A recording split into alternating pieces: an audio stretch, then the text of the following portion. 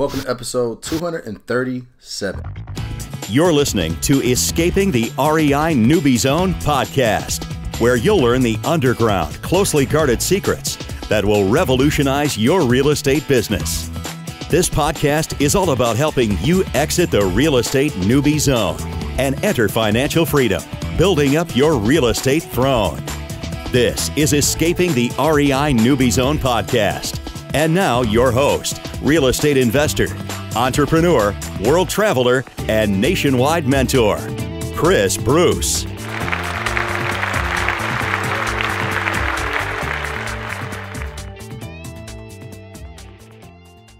All right, welcome back to another episode of Escaping the REI Newbie Zone. I'm your host, Chris Bruce. I want to say thank you for tuning in to today's episode. Before we get into it, because I have a very special guest, I want to say thank you for all of the love you guys have been showing on social media. It has been overwhelming, but at the same time, it has really inspired me to keep pushing on, bringing on phenomenal guests, and also, providing you guys with great content. Okay, so definitely appreciate it. If you want to, if you're tuning in for wherever you are, make sure to tag me at my handle, Detroit Mogul. Okay, but tag me on Instagram, Twitter, all that. I'll repost you.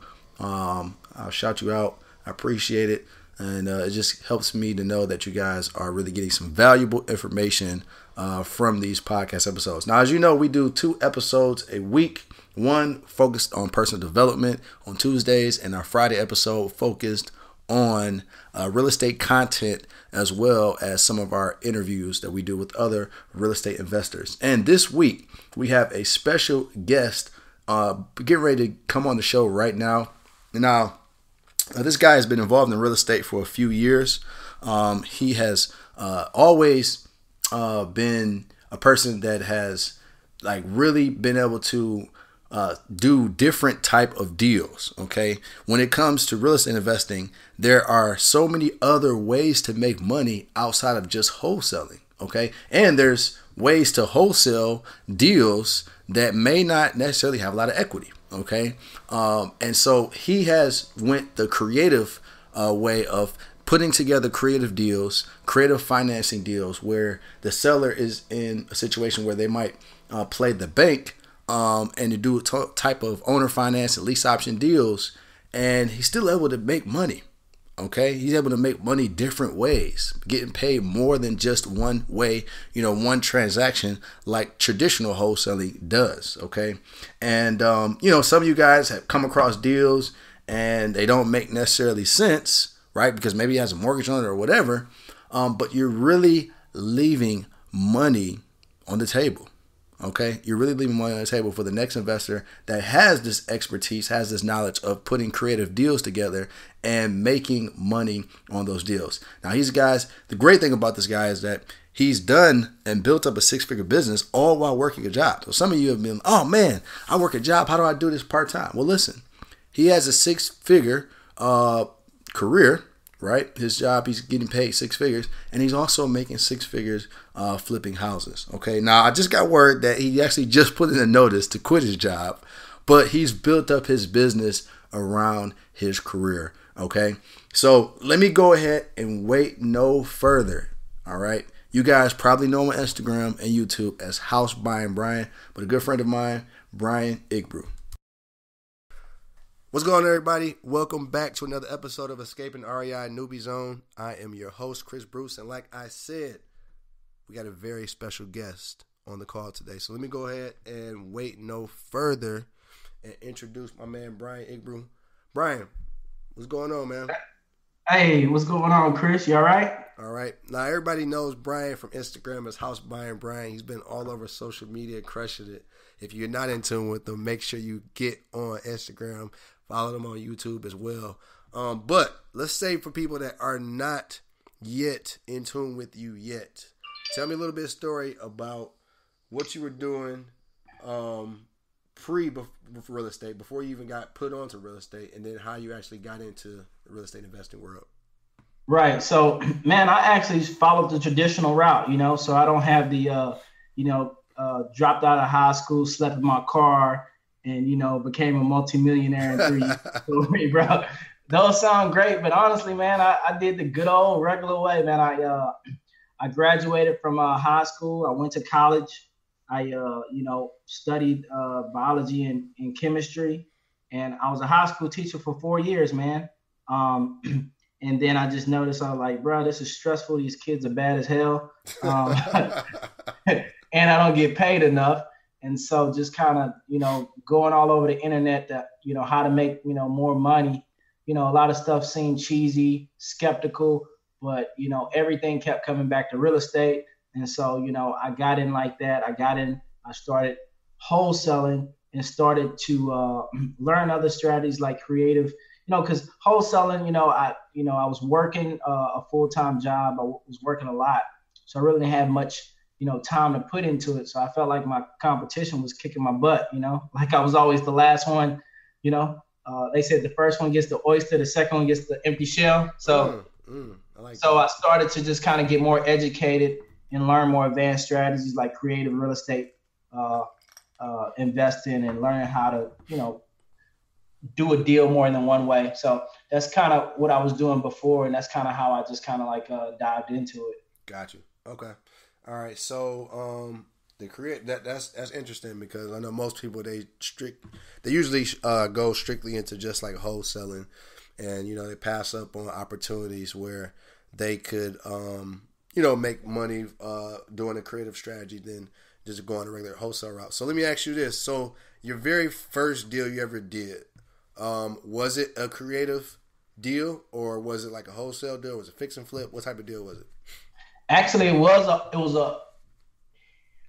was a creative deal in the sense that it wasn't your typical wholesale deal, but I did it all wrong. And I only made like $4,800. So what I mean by that, it was we considered a hotel deal. Okay. But I didn't do it right. So it was technically a hotel. It was technically creative. Okay. Because, you know, on our normal wholesale deal, we just get it under contract and assign the contract to a cash buyer. Absolutely. But basically, because how I learned, we got it under contract and went straight to the MLS with it. You know, and when I very first started, I was thinking that I could do it the same way, which just assign my contract. But the buyers, they were getting a loan on the property. Okay. And the banks, you know, they don't like to see those assignment fees on it. You know, and especially if not the owner and the bank is involved. So I didn't know that you had to do that a little bit differently, you know what I mean? If you know what I'm talking about, right? Oh yeah. With the release of interest, basically on the back end, instead of getting paid on that assignment. So I guess the first deal you could call it a hotel deal, but at the end of the day, all of my mistakes it was basically a wholesale type money I made on it. Okay. So let's talk about that just a little deeper. Okay, so you messed up, but you still made money. I mean, $48 is still good money. How'd you find that lead? Was it the off-market property or? So I don't know. I think they're still around, but I don't think the leads are as good enough. It was a FSBO, and it was by a company named Z-Buyer. Oh, Z-Buyer. Oh, man, I used to use them back in the day, man. Damn. Z-Buyer was it. They were, man. I used to love Z-Buyer. I heard the owner of the company, they switched up where the leads are coming from. So that's why they're not as great leads. So originally, like years ago, they were using the lead. You would pay a monthly subscription, you know, and depending on your city, depending on how much it was, you know, bigger cities, it's more monthly. Right. And so, they would get their leads from internet marketing. Yep. So it was online leads. So it's basically like AdWords leads. So it was great leads. But now I think they do email drip campaigns. And so a lot of them is different. And so their marketing is a little different. But yeah, it was a FSBO through Z-Buyer, man. And I called them up. Yeah. You bring back memories, bro. I remember I subscribed to Z-Buyer back in 2010. Bro, Z-Buyer was it, bro. We had Port Richey, we had Pasco County. That was the county that we were going out of. And, man, I just reminded me of me and my boy Dennis. We caught some licks on there, man. Z-Buyer was it, bro. Look, you didn't have to do anything. You just paid a monthly subscription. That's it. Bro, in my county, it was cheap as $86 a month. Oh wow! And you would get at least 4 to 5 leads a month. Now these was motivated sellers because it was straight from like Google AdWords. We was paying like $100-something, but this is literally people that was going in the search engine saying how to sell my house fast. Right. Man, I remember them days, man. You definitely that's a throwback for me. To find leads like that nowadays. Oh man, good luck. Good luck. So many wholesalers out there, shoot. But now, okay, so all right, so that's cool. So what is like kind of walk us through let's give an example. Okay, so let's say I come across a deal that the seller, let's do some easy numbers. Let's say the seller has a mortgage for $100,000, and let's just say they're like, I just want to walk away from the property. I don't really care about making any money. I just want to walk away from the deal. But let's say it's only worth like maybe 125 is the ARV. Sheesh. What is there any way that I could do something with that deal, or what could I do? Like, typically, right, there's not a lot of equity, so it's like, well, I might as well just walk away from it. Wow, bro, that's the gold mine. I mean, because typically, so if you saying the ARV is 125, 70% of that is 87.5. Mm-hmm. So already we looking at wholesale not working, and this if it needs no repair. Right. And we haven't subtracted an assignment fee, right? So wholesale is definitely out of there. There's a few different ways we could approach that. So did you say the seller wants to walk away with money, or they don't need no money? They just want to walk away from the property. Oh man, if they don't care about the property, we could go ahead and take that. Depending on the rent rate, I'll show you a few things we could do. We could just take over on that mortgage, okay, and just keep it as a rental, as long as the numbers make sense and the rent rate is above the actual PITI. Okay. Okay. We'll keep it like that. Or we could take over that mortgage. We could sell it like on some type of lease option where we don't have to worry about repairs and being a landlord, And you said the ARV is 125. When they do exercise that option, boom, that's $25,000. So we just got paid. And with lease option, you could, if we buy a subject to sell on lease option, we just got paid on the front end. So if it's $100,000, the payoff, they could put down $5,000. We made $5K up front. We could make a monthly spread, not having any tenant headaches, and make $25,000 on the back end. Get paid 3 times. Nice. Okay. So that's 2 ways you could do it. Shoot, I mean, we could keep going, man. That's just just a couple of different ways. Yeah. That's a few different ways you could do it. Yeah. Got you. So that's what I want people to understand is that you don't have just a limit of wholesaling. I know a lot of people, it does take more paperwork, right? There's more things involved. It's more document intensive, of course. Yeah, it's more paperwork involved and stuff. And we're going to get just a little bit touched on that in a minute, but I want you guys to be able to see, that Brian has built up his business not just from wholesaling properties that have equity. He's able to get rentals, and do lease options, all type of different structure creatively with real estate. That's the whole thing about real estate is that you can get very creative in this business and make a dime a different way, not just off a property that has equity. So, okay, so let's talk about that. Okay, so let's say you have a property where, all right, you're going to do a lease option with it.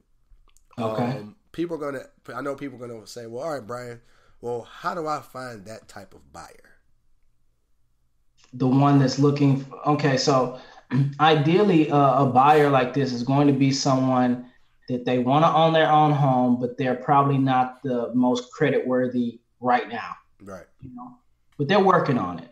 But they have a little money to put down and they're willing to pay the lease amount. Bandit signs are the best way to find lease option tenants, man. Okay. All right. So when we're finding like sellers, man, it's a billion different ways. There is no best. It depends on your market, Right. I mean, we're talking anywhere from I know people that still say mail works better than phone for them, you know? So you talking mail, phone, door knocking, internet, you know? I mean, when it comes to those lease options, those people, bandit signs. Okay. Yep. Because this definitely is endless type of deals like that, you know, with sellers, especially if they want more money for the property, you know. It's just more of, I know a lot of people will like, well, okay, a lot of people are going to ask how to find the buyers, which you just covered. But then also now, if they go the route of taking the payments, are they responsible to take the payments, or who would take the monthly payments to make sure the mortgage is covered, or make sure, you know, the payment a month is covered from that tenant? Okay, so I would always set it up if you're gonna, you know, kind of be in control of the deal and you're profiting from it. I would make sure that I take care of all of the payments and making sure the bank is getting paid and everything. And of course, there's third party websites or whatever that this tenant can make a payment on there, and they'll send the profits to your account, the other profits to the bank, you know. Okay. They'll manage it like that. Okay. Cool. All right. So, right now, last thing you want to do is pay the seller a certain amount for that mortgage and they run off, or they never pay it, and then the home get foreclosed on. I've seen it happen before. Man, I've heard stories about that, man. And people. Yeah, because on a seller wraparound mortgage is written up that that you pay the seller the amount, you know, and they pay the bank, you know. Right. Don't do that. Yeah, you definitely don't want to do that, ladies and gentlemen. Definitely, because I've definitely heard some horror stories about that.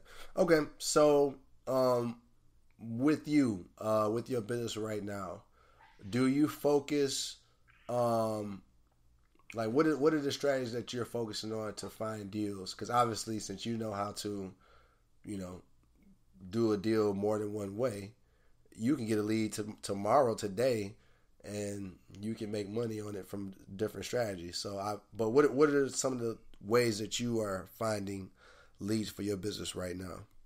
Man, look, the new wave in real estate has got me, man. I'm gonna be honest. I haven't been as creative on that side. I still stick with tried and true bandit signs. Okay. And driving for dollars. Okay. And cold calling lists that I pull from ListSource, man. Okay. You know. Okay. You know, a lot of people just aren't consistent doing it, and I think a lot of it is people say, oh, it's saturated, everybody's targeting the same people, but the thing about people is that in real estate, it's also a skill business. Yes. Because you're getting someone to sell their house. This is not like selling you an iPhone, you know. Right. That's a house, like a large asset. So they're gonna have to like, know, and trust you, man. I know you've heard it before, but that's the missing piece. Yeah. Absolutely. So it can be saturated, and everybody can, because if you can get in front of them, everybody can talk to the same person, but everybody won't get the deal. Right. So I do feel like that's a big part that investors are missing, like newbie investors are missing, that they kind of throw under the table and they're struggling so much with, is that building rapport and actually, you know, making that connection with the seller. Yep, I agree. Because the seller doesn't have to be desperate and need money and in the worst position in their life. You know, like, you know, $30,000 deals with people that's like, well, we're retired. We're just in a trailer traveling the world. We really just don't feel like putting it on the market. Right. Like, they good. Yeah. They pockets ain't hurting. Exactly. You know? Exactly. They're not a tired landlord. It's just that, you know, if you can make a solution that makes sense for them, you know, and they trust you, you know, you can make money. You can make so money. It doesn't have to always be the person that's losing their house or is, you know, on their last, you know, last dime. Yeah. No, absolutely. That makes any sense, you know? No, definitely. I agree 100%. I mean, I've definitely done deals for people that just wanted to downsize. You know what I'm saying? And it wasn't a situation where they even needed the money. I bought a house a couple months ago and sold it, And it was a dude. He was actually rehabbing at the same time I was getting ready to buy it from him. I was like, you know, I told you I'd buy it as is. He was like, yeah, I know. I just got my guy. Still need to finish this last piece. And I'm like, okay, but I don't know why you wasted your money with your contractors. With yeah, some people are just like that. Yeah, and it was crazy because like there was a crazy situation. This is a deal that I literally did from just text messaging. Like I can show the law. We would literally text message on FreedomSoft. He thought it was my real phone, and we literally never met each other. We never talked on the phone once. I sent him a postcard. He really liked the postcard because I talked about being an Apsy owner and having rental properties and things like that. And we literally just connected over text message. A crazy deal. Like I didn't even make nothing but like $6 on it, but the fact that I did this deal just by so easy. Yeah, but we built a rapport just through text messages. Like, and the crazy thing about people think in 2019 that there still aren't like lay down easy deals like that to be had. There is. It's just that, you know, you just got to be out there, you know, tell everybody what you know, that what you do, you know, and always kind of be at bat swinging. Absolutely. I heard you say FreedomSoft. Do you use FreedomSoft? I'm still using them, man. I know everybody's on the Podio wave and everything else, but we have a very simple business. We have automation set in there. We can move from status of the lead, and that's what we use. I'm using. You're gonna have to put me on FreedomSoft later, because I know that's been around for a while. I didn't know that, you know, it's really effective. No, it is. They did some upgrades with the new owner, Rob Swanson. He's a good dude. So, and I'm biased. I won my free account, you know, back in 2010. So. Oh, Swanson is the owner? He's the owner now. Yep. Okay, so I know he's good with sales, ain't he? Yeah. So he did some updates with it. He made it a lot better. So that's why I still rock with it. But okay, so let me ask you this, Brian. So when you're approaching a deal, obviously, if it makes sense to wholesale, you'll wholesale it. But if it doesn't, how are you, like, what is kind of like the terminology, or what are you kind of like getting or asking the seller initially when they want to think about doing a creative deal? Like, how does that kind of conversation look like? Right. So the very first thing what I'm doing is I'm approaching the deal as a cash buyer investor looking to purchase for quick cash. I'm always going into this as a wholesale transaction. Right. Okay. And trying to handle objections like that. But if I see, or we can't come to an offer because of whatever reasons, the price is too low just because they want more, or there's equity affecting my ability to make that offer, then I kind of pitch it to the seller like this. Look, Mr. Seller, you know, and this is just one of many kind of pitches. Look, Mr. Seller, I understand that you want this amount. If you want me to close quickly, close cash, this is the most I can afford to pay for this property. But I can work with you if you're willing to work with me. I can give you more money if you're willing to give me more time. Okay. And I leave it like that. I don't sell them. Got you. I kind of reel them in. They'd be like, okay, what do you mean? Gotcha. Because price is really never an issue with it is, because you don't want upside down properties. You always want property that in the event there was a market fluctuation that you had to liquidate, you can. Yeah, okay. Absolutely. So I don't recommend anybody buying something more than it's worth. Okay. But you don't need a $1 billion in equity. I mean, 90% of people that buy real estate in the first place buy from the MLS, and they usually buy it right at market value. Yep. But of course, owner occupied homes. Right. The biggest thing I would always think of, make sure that it's not upside down and it cash flows. If it cash flows, you're normally okay. If it cash flows and you have reserves, you're okay. Gotcha. So back to the conversation, it's like, look, Mr. Seller, I can give you more money if you're willing to give me more time. But if you want me to close quickly, close all cash, this is the most I can afford to pay.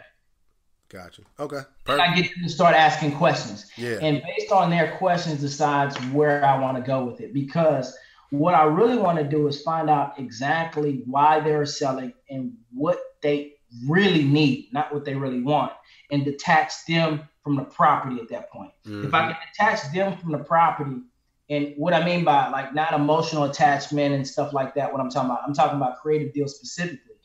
I'm talking about detach the property itself and the obligations like monthly from it based on what they need in their pocket, right? It just opens up a world of creative deals, because I can pay them what they need up front. I could take over the property if they need. Let's say they need 10,000, but they not pressed for it right now.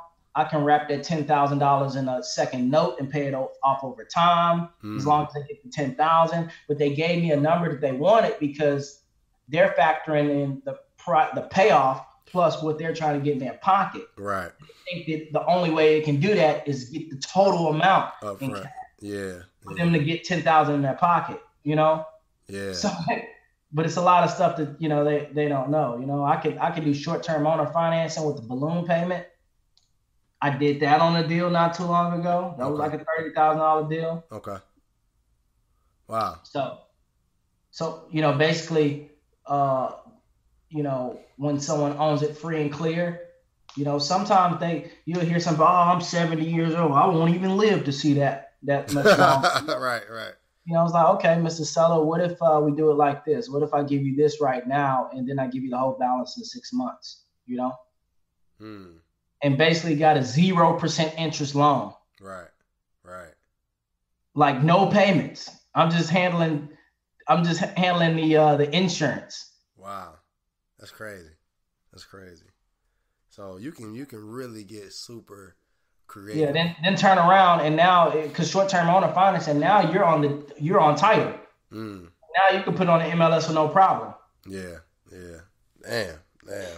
And you can get around FHA 30-day flip rules, like all of that. There's so many different things, you can pull off. So that's how I break down those conversations.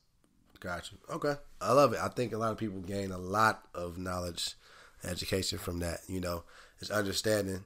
Again, guys, more times out of 10, some of those leads you turn away, they could turn into money.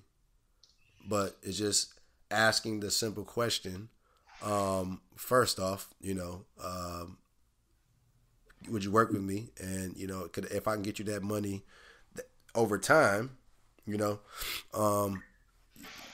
possibly that they might, not necessarily need all that money up front, and there could be a creative deal that could be put into place, turn that owner into somewhat of a bank, with the financing. So I love it. All right. So, one thing I want to share with people is that, and me and Brian talk about this all the time, because he has a 6-figure job, but I tell him he makes enough money he can leave his job.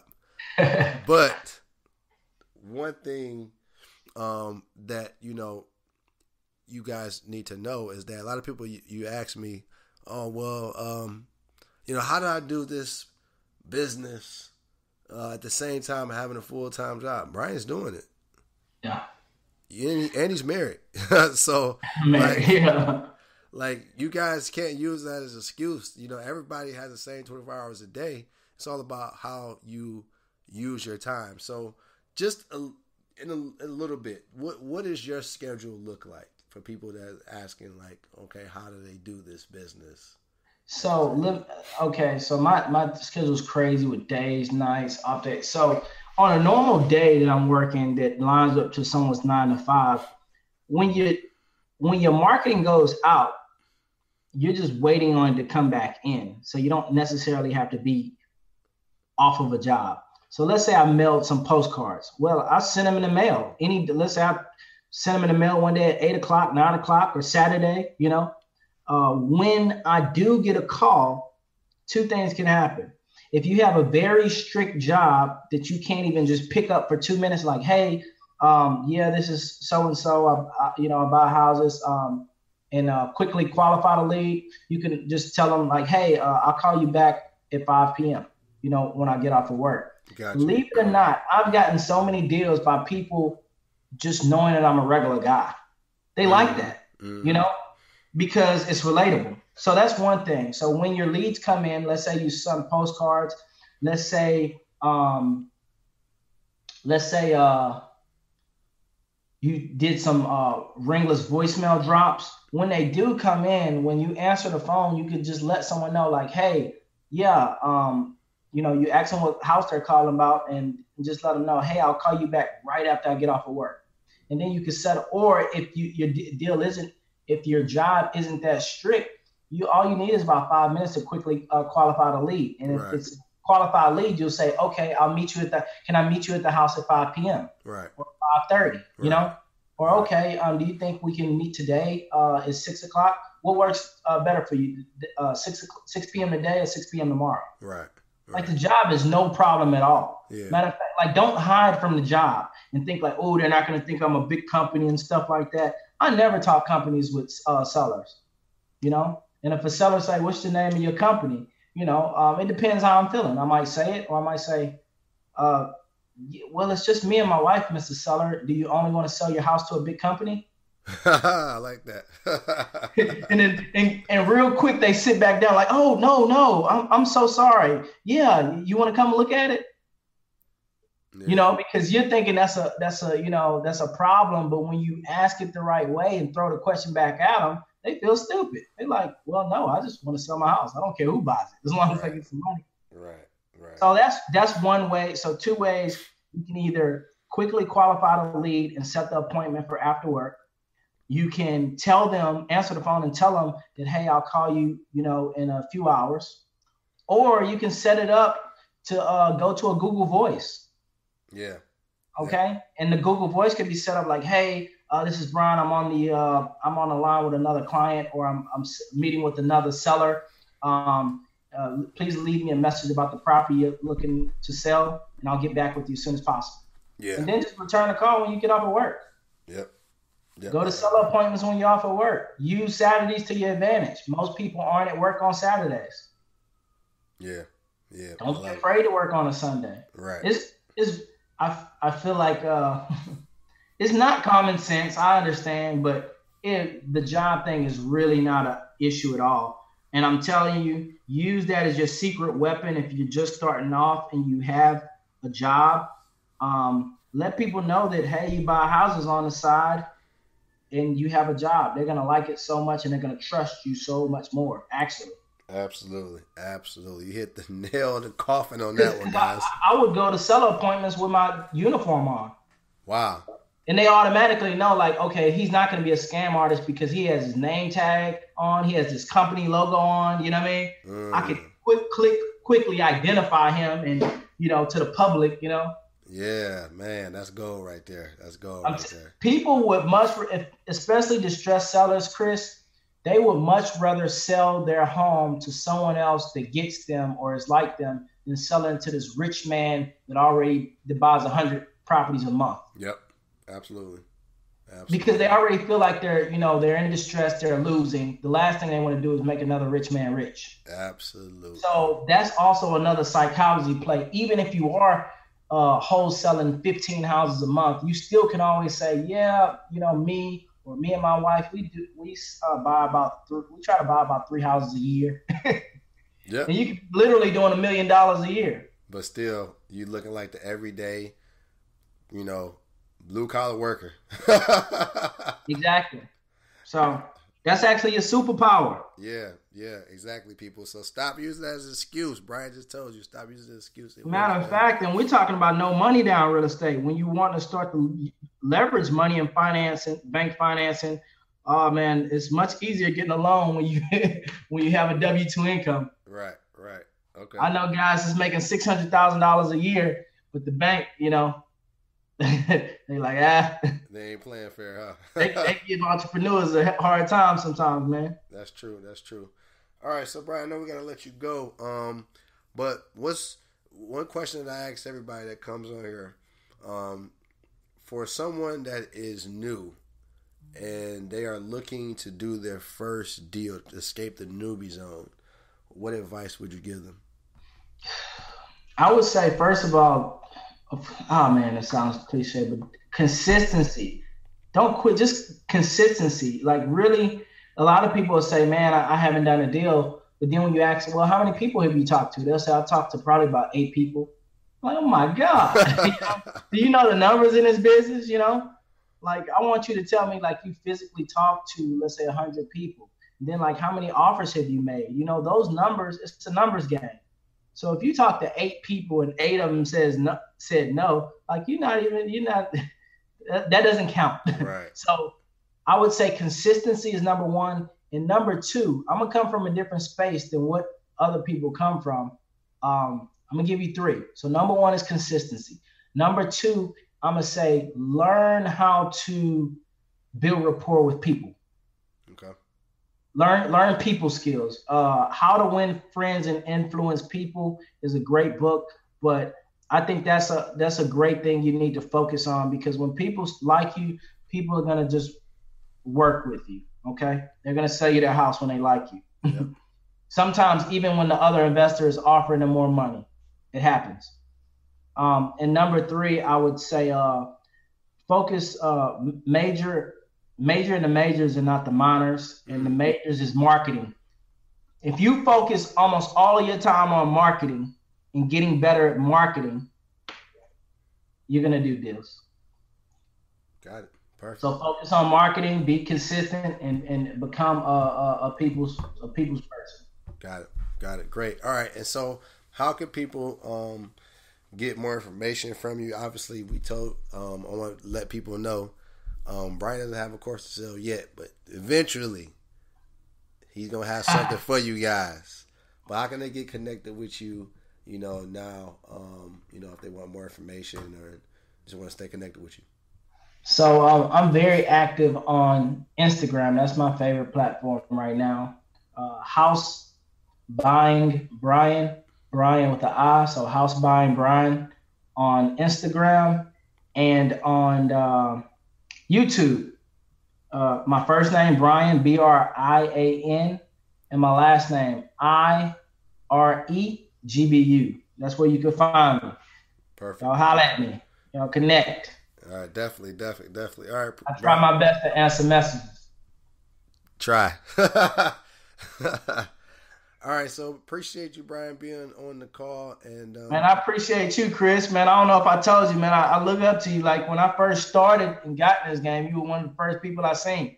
You and Antonio, bro, and this was like long ago. Because I was looking at it before I even tried. I have analysis paralysis for a while. Oh man, that's love. Oh, man. Chris is an OG in the